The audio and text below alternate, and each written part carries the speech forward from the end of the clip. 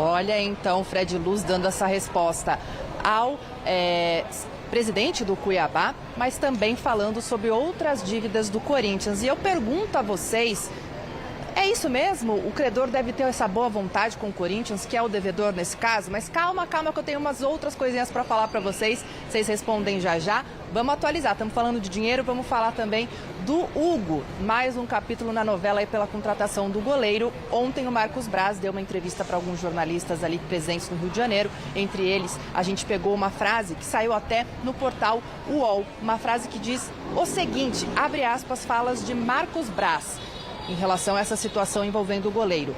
Falta o pagamento, falta o dinheiro. O que posso falar é que hoje ainda não se tem a situação resolvida.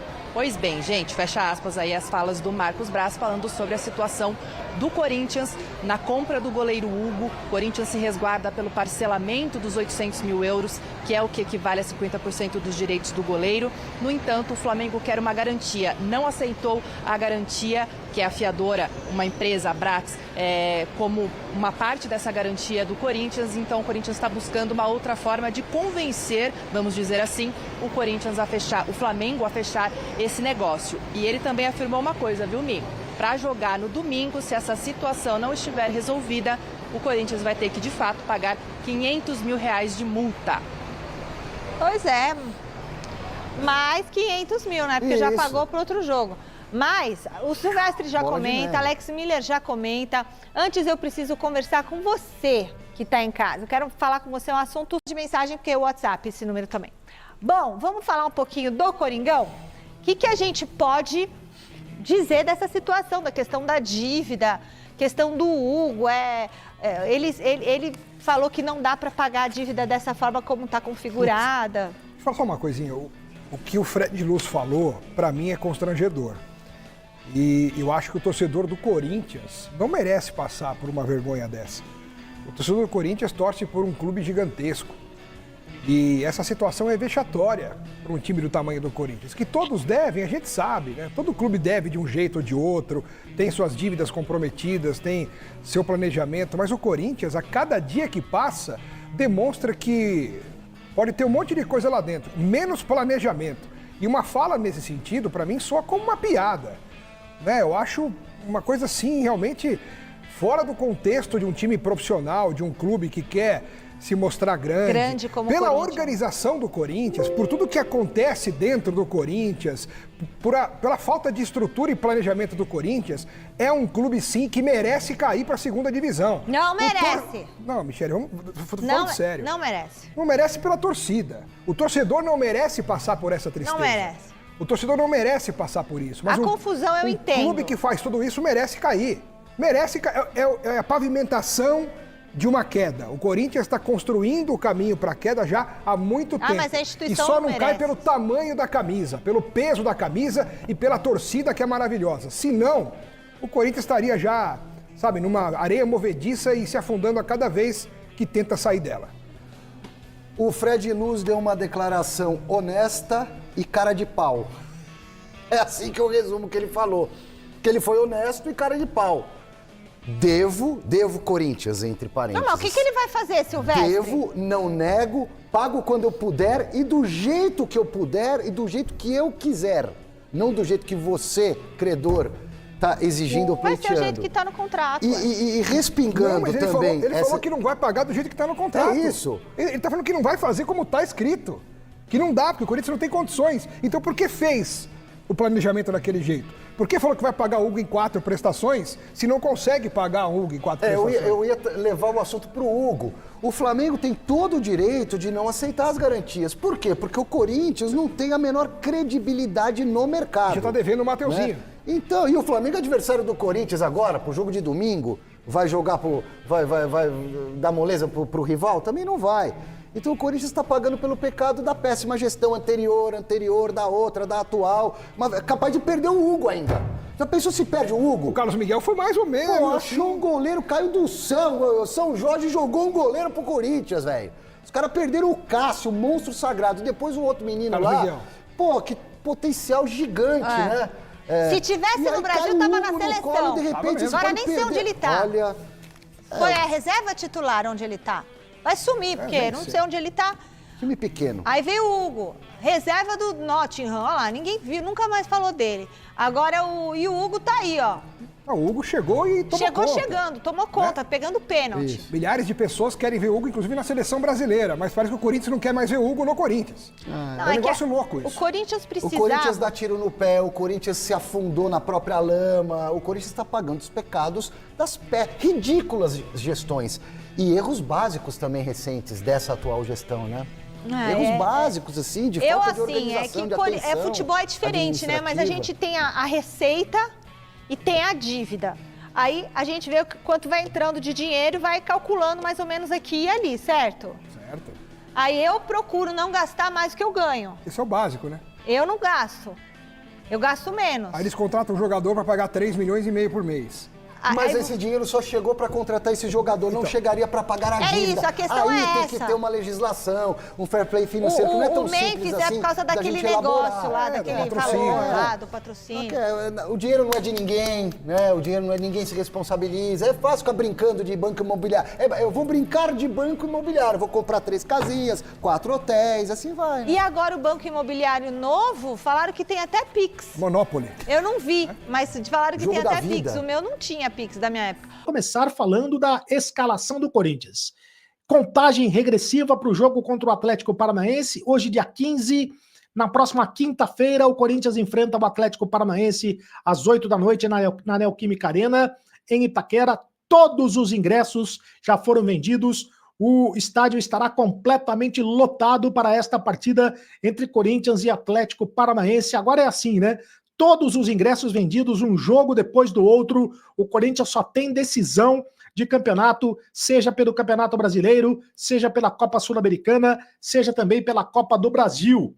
Vai jogar, por exemplo, contra o Atlético Paranaense na quinta-feira e depois no domingo já joga pela Copa do Brasil contra o Flamengo pela Copa do Brasil contra o Flamengo também na Neoquímica Arena. Aí na outra semana joga na terça-feira, se não me engano, contra o Racing de Avejaneda, também aliás, na terça-feira, não, na quinta-feira, né? Daí o Corinthians vai jogar contra o Racing de Avejaneda pela Copa Sul-Americana. Então é uma decisão atrás da outra.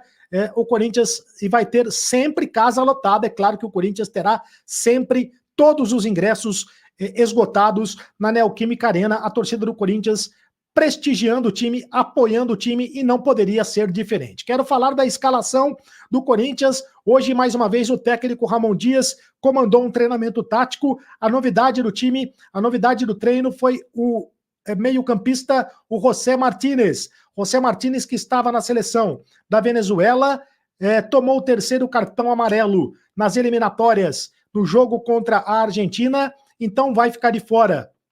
Não joga hoje contra o Paraguai. Hoje a Venezuela jogaria contra o Paraguai do Ángel Romero, né? Jogará. Venezuela e Paraguai se enfrentam pelas eliminatórias. Ele jogaria contra o Romero, mas não vai jogar porque está suspenso. Então, melhor para o Corinthians, porque o Martínez voltou antes, participou do treinamento tático e vai ser novidade do Corinthians para esta partida contra o Atlético Paranaense. Lembrando que o Ramon Dias ainda terá os retornos do Fagner e do André Ramalho, que cumpriram suspensão contra o Internacional. O Alex Santana e o Thales Magno podem voltar a ser relacionados. Os dois jogadores estão recuperados de contusão, possivelmente devem ser relacionados, principalmente o Alex Santana deve ficar no banco de reservas. O Romero e o Félix Torres estão nas respectivas seleções e devem ficar de fora desta partida contra a equipe do Atlético Paranaense. O provável time do Corinthians para jogar contra o Atlético Paranaense no campinho para você: Hugo Souza, Fagner, André Ramalho, Kaká e Matheus Bidu, José Martínez, Carrillo, Bidon e Garro. No ataque, Yuri Alberto e o Memphis Depay. Memphis Depay, mais uma vez, deve ser titular do Corinthians, jogando desde o início, assim como foi contra o Internacional. A expectativa é muito grande para ele fazer o primeiro gol com a camisa do Corinthians. Ele já completou 1 mês no Corinthians.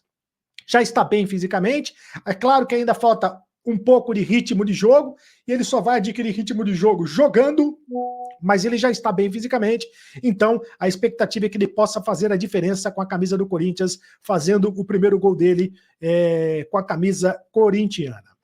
E com isso, quem vai perdendo cada vez mais espaço no Corinthians é o Pedro Raul. Cadê o Pedro Raul, senhoras e senhores? O Pedro Raul, o atacante completa 1 mês sem jogar no Corinthians. Faz 1 mês que ele não joga, que ele não entra em campo pelo Corinthians. Lembrando que ele foi contratado a peso de ouro no início da temporada, né? Mas é muito ruim de bola, né? A última vez que ele entrou em campo pelo Corinthians foi na derrota para o Botafogo no Campeonato Brasileiro em 14 de setembro. Ele jogou apenas 8 minutos naquele jogo. O Pedro Raul jogou 30 jogos com a camisa do Corinthians e tem apenas 3 gols marcados. Mas depois chegaram no Corinthians o Thales Magno, o Memphis Depay, o próprio Héctor Hernández, que foi contratado, o espanhol, que tem sido pouco utilizado, diga-se de passagem, e o Pedro Raul perdeu o espaço no time do Corinthians. Nos últimos 6 jogos, o Pedro Raul ficou 3 no banco e outros 3 ele sequer foi relacionado para o banco de reservas.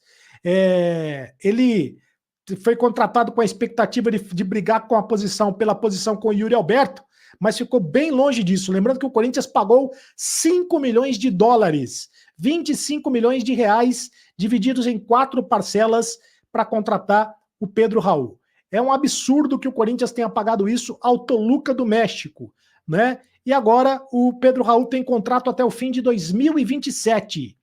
Quem vai contratar o Pedro Raul? O que o Corinthians vai fazer com o Pedro Raul, não sei. Mas o Corinthians vai ter que tentar se livrar desse mico, desse abacaxi chamado Pedro Raul. Tá lá encostado no Corinthians e a situação fica cada vez mais complicada.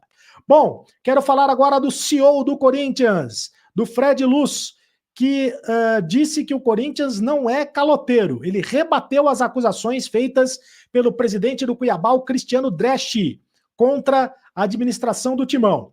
O Cristiano Dresch, que tinha dado uma entrevista para a Rádio Bandeirantes, dizendo que o Corinthians estava dando um golpe no futebol brasileiro.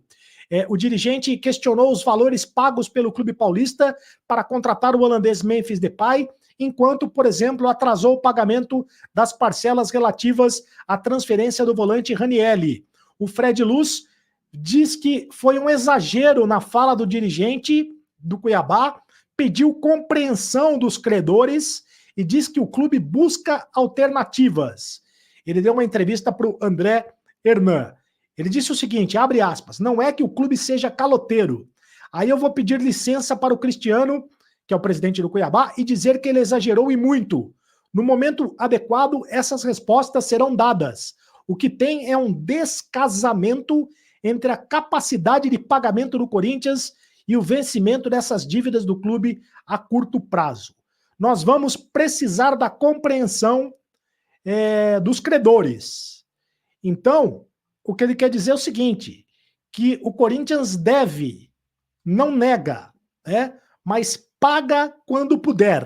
O Corinthians deve a alguns credores, por exemplo, ao Cuiabá, pela essa questão do Ranielli, mas ele não pode pagar no momento, está tentando pagar as suas dívidas da melhor maneira possível, mas paga quando puder, mas ele garante que o Corinthians não é caloteiro. Enfim, e por falar em pagar, o Corinthians tem que pagar 800 mil reais para contratar o Hugo em definitivo. Mas não vai ficar só 800 mil reais, porque o Corinthians vai ter que pagar mais 800 mil euros, né? O Corinthians vai ter que pagar 800 mil euros para ter o Hugo em definitivo. Mas não vai ficar apenas nos 800 mil euros, porque o Corinthians vai ter que pagar também mais 500 mil reais para ter o Hugo no jogo contra o Flamengo no próximo domingo. O Corinthians deve desembolsar cerca de 7 milhões e 300 mil reais entre taxas pelo empréstimo, multas e 50% dos direitos econômicos para ter o goleiro Hugo definitivamente a partir de 2025. Lembrando que o Corinthians ainda busca um acordo com o Flamengo para concretizar a contratação do jogador. O entrave, como eu digo sempre aqui, é a aprovação do fiador do negócio, que está previsto em contrato, em caso de não pagamento de uma das 4 parcelas. As 4 parcelas, a primeira para janeiro de 2026. O Corinthians já desembolsou 1 milhão de reais com o pagamento de outras 2 multas para ter o goleiro em jogos válidos pelo Campeonato Brasileiro e pela ida da semifinal da Copa do Brasil. Então, para para ter o Hugo no domingo, né, na decisão da Copa do Brasil contra o Flamengo, o Corinthians vai ter que pagar mais 500 mil reais, totalizando um gasto de R$1,5 milhão de reais só em multas. Além disso, o Corinthians já pagou 200 mil euros, R$1 milhão de reais, pelo empréstimo do goleiro até o final do ano. Então, a soma total do negócio, sem levar em consideração os salários, comissões e luvas previstas em contrato, será de 7 milhões e 300 mil reais. Torcida corintiana, prestem muita atenção, o Corinthians já tá mirando a próxima temporada. Já mira a próxima temporada com o Mercadão da Bola super agitado. Isso porque, né, tendo em vista que ontem saiu até uma informação, segundo o Jorge Nicola, dizendo que o Corinthians estaria interessado no zagueiro Lucas Veríssimo. Fui atrás dessa informação e não passou de especulação. Essa que é a verdade. O Corinthians mira a contratação de 2 zagueiros e um deles, né, segundo o Fabinho Soldado, é contratar o Davi Luiz e o Sérgio Ramos para a próxima temporada. Ambos só teriam que pagar, né, o Corinthians só teria que pagar os salários, né? O Corinthians não iria fazer loucuras no mercado, só teria que pagar os salários e eles chegariam recebendo menos de R$1 milhão. Então, assim, galera, pelo menos para uma temporada, eu acho que vai ajudar muito, tendo em vista que o Félix Torres até hoje não mostrou para que veio para o Corinthians. Só o André Ramalho que joga, aqui dá conta do recado ali do setor, do setor da zaga. Tem o Gustavo Henrique também. Então, assim, o Corinthians acredita, a diretoria do Corinthians, né, acredita que o Timão precisa de jogadores que chegam para resolver esses 2 atletas. O Sérgio Ramos dispensa comentários, é um jogador que jogou muita bola na Europa, né? Então, assim, é um cara que chega para agregar e agregar muito. Então, galera, eu quero saber de vocês, seria uma boa contratar Davi Luiz e Sérgio Ramos para a próxima temporada? Deixa aqui nos comentários pra gente estar debatendo sobre esse grande assunto. Então é isso, fiel torcida, eu tô indo nessa. Se inscreva no canal, deixa o like e até a próxima!